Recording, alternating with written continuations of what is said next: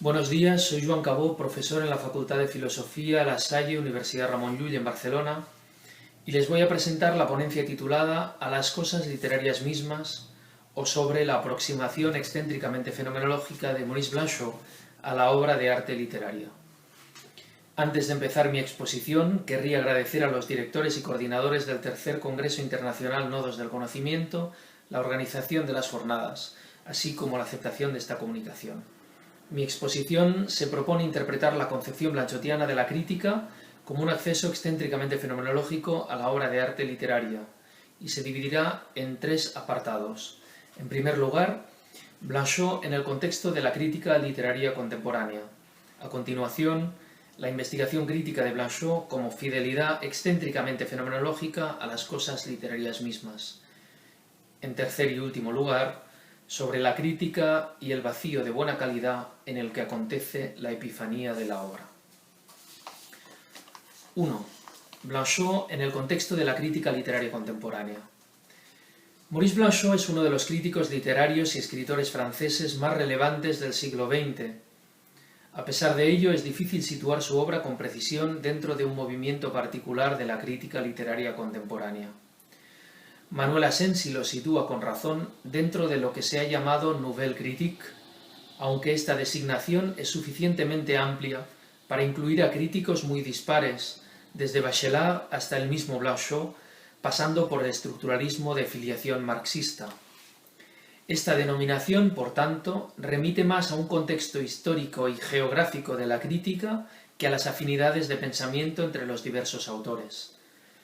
Con respecto al movimiento estructuralista, Blanchot se desmarcó siempre de sus investigaciones, la pretensión de cientificidad de las cuales contrasta fuertemente con el descubrimiento blanchotiano del espacio literario. Dicho espacio literario revoca el orden lógico formal y metafísico y se acerca a una noche del conocimiento que se sitúa más allá de cualquier estructura ideal o diurna. Sí que podemos incluir, en cambio, al escritor francés en el ámbito todavía muy vago del postestructuralismo. La obra de Blanchot, en efecto, ha sido recibida muy fecundamente por escritores que fueron clasificados dentro de este movimiento, más concretamente por los iniciadores de la deconstrucción, Jacques Derrida y Paul de Man. Por otra parte, debemos desmarcar al escritor francés de algunos movimientos de la crítica literaria que de modos diversos se han vinculado explícitamente con el pensamiento de raíz husserliana. Por un lado, la denominada Escuela de Ginebra, representada por Georges Poulet.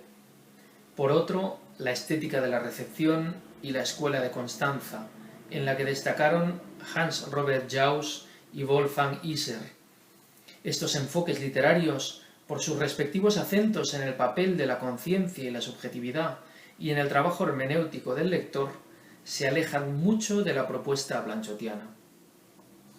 Y sin embargo, la obra crítica y literaria de Maurice Blanchot mantiene una cierta relación singular con la fenomenología, marcado como estuvo por su larga amistad con Levinas, al que conoció en sus años de joven estudiante en Estrasburgo.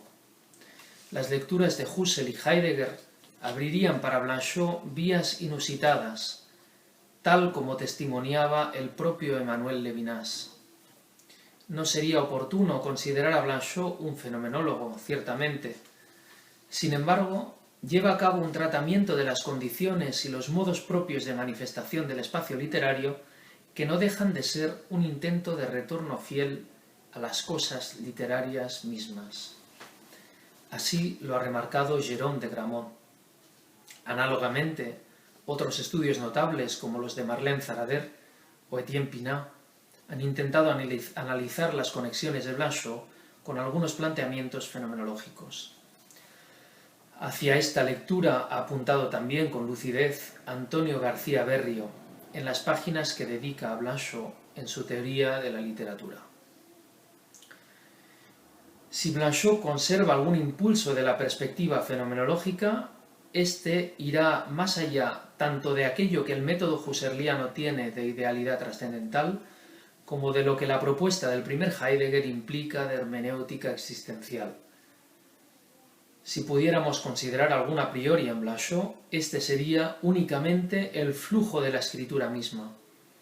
que reduce a una pasividad radical tanto al autor como al lector. Es por ello, seguramente, que Asensi afirma que Blanchot no es un teórico de la literatura, sino un teórico en la literatura. Sin embargo, esta expresión debería ser aún reformulada. Blanchot es en todo caso un crítico en la literatura y no un teórico, expresión de la cual el escritor se sintió particularmente alejado. 2. La investigación crítica de Blanchot como fidelidad excéntricamente fenomenológica a las cosas literarias mismas. La crítica literaria de Blanchot busca la intimidad del espacio literario, que no se rige por la imitación de una exterioridad natural o psicológica, sino que responde a unas leyes que le son interiores. De este modo, abordando la literatura desde su interior y sin prejuzgarla, Blanchot la libera por un lado de concepciones naturalistas y psicológicas. Dichas concepciones radicalizadas constituyen precisamente los dos escollos extremos que ha intentado evitar siempre la fenomenología, mediante la superación de la actitud natural y del psicologismo solipsista, respectivamente. Por otro lado, esta convicción dibuja una poética particular, en que, a diferencia del acercamiento aristotélico, la necesidad y la verosimilitud proceden del dinamismo interno de la literatura misma, del imaginario tal como aparece, según su propio modo de mostrarse. Más allá de imponer en el espacio literario la imitación de la naturaleza, la expresión de determinadas estructuras psicológicas o del mundo interior del autor, la palabra crítica debe devenir la transparencia del espacio literario, dejándolo mostrar según su propia dinámica, sus propias leyes, su modo particular de donación. Lo que nos muestra la creación literaria cuando se libera de sus lazos miméticos es algo insólito, desconocido, insensatez para el mundo, ya que no responde al orden natural de las cosas. Pero este desconocido no es arbitrario, ni procede de las fluctuaciones del autor, sino que responde a una necesidad secreta de la literatura, que es su esencia. La escritura crítica deberá, pues, buscar las leyes propias del espacio literario, que aun siendo insensatas en relación con el orden del mundo, encuentran en lo imaginario una verdad y una verosimilitud propias. Si hay realismo auténtico en la literatura, este no consiste en la imitación del mundo, sino en constituir en la ficción un mundo otro, capaz de poner en cuestión al mundo natural y rivalizar con él. Su verdad consiste en hacer tambalear el sistema de relaciones del mundo natural. Así pues, la tarea crítica, en tanto escritura que accede a esta región desconocida de lo imaginario, no es ya un juicio exterior, sino una inmersión en la obra. La crítica adopta entonces un carácter hasta tal punto intencional que está llamada a borrarse a sí misma para devenir epifanía de la obra literaria, realizando su fin únicamente en su desaparición. 3. Sobre la crítica y el vacío de buena calidad en el que acontece la epifanía de la obra.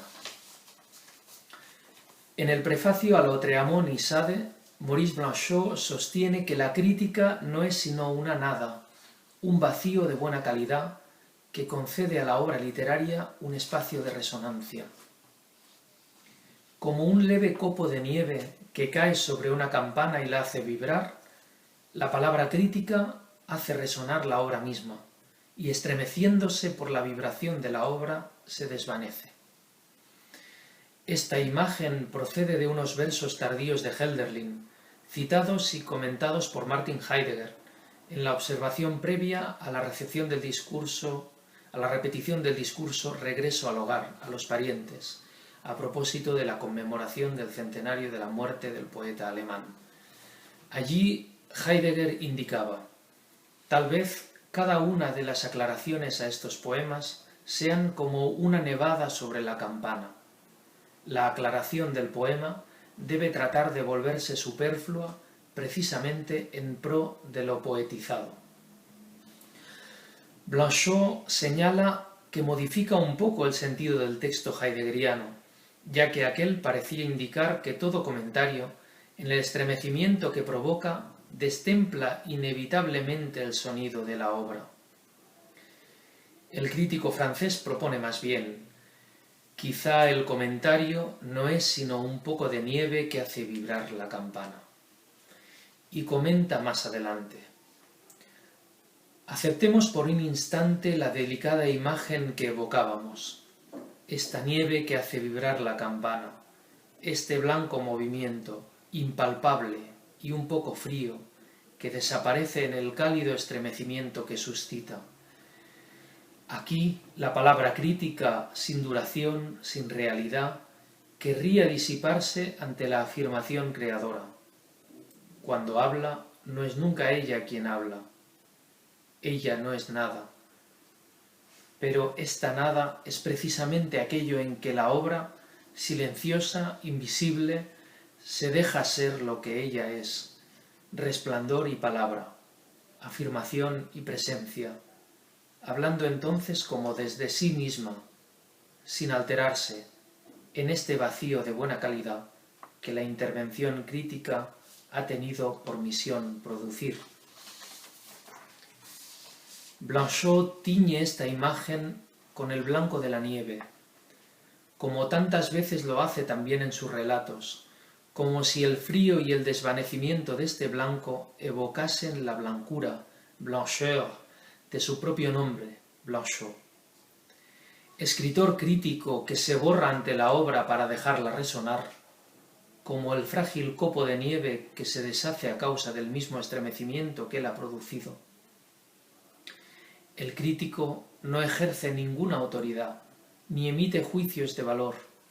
Es servidor humilde de la obra y la hace revivir, abriendo en el mundo el intersticio que la realidad insólita de la literatura requiere para hacerse oír.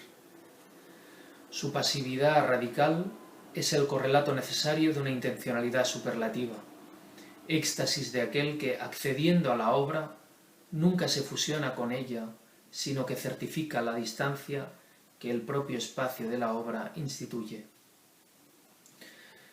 La crítica literaria así concebida deviene entonces una de las tareas más decisivas del pensamiento. No es ya una disciplina parasitaria del arte, ni intenta aprehender las obras examinándolas y objetivándolas, ni ejerce autoridad sobre ellas valorando en qué medida se ajustan a unas determinadas convenciones, ni las instrumentaliza al servicio del conocimiento de una realidad exterior a ellas, ni establece un canon de clásicos, ni pretende trazar la evolución histórica de las grandes formas artísticas o de los grandes motivos. La crítica literaria deviene más bien aquella escritura que abre el pensamiento a una región oscura que las disciplinas teóricas no consiguen alcanzar, lo otro del ser, la sombra de lo real, como lo ha llamado Emmanuel Levinas. La crítica literaria deviene entonces una de las tareas más importantes de nuestro tiempo, el modelo para un nuevo pensamiento.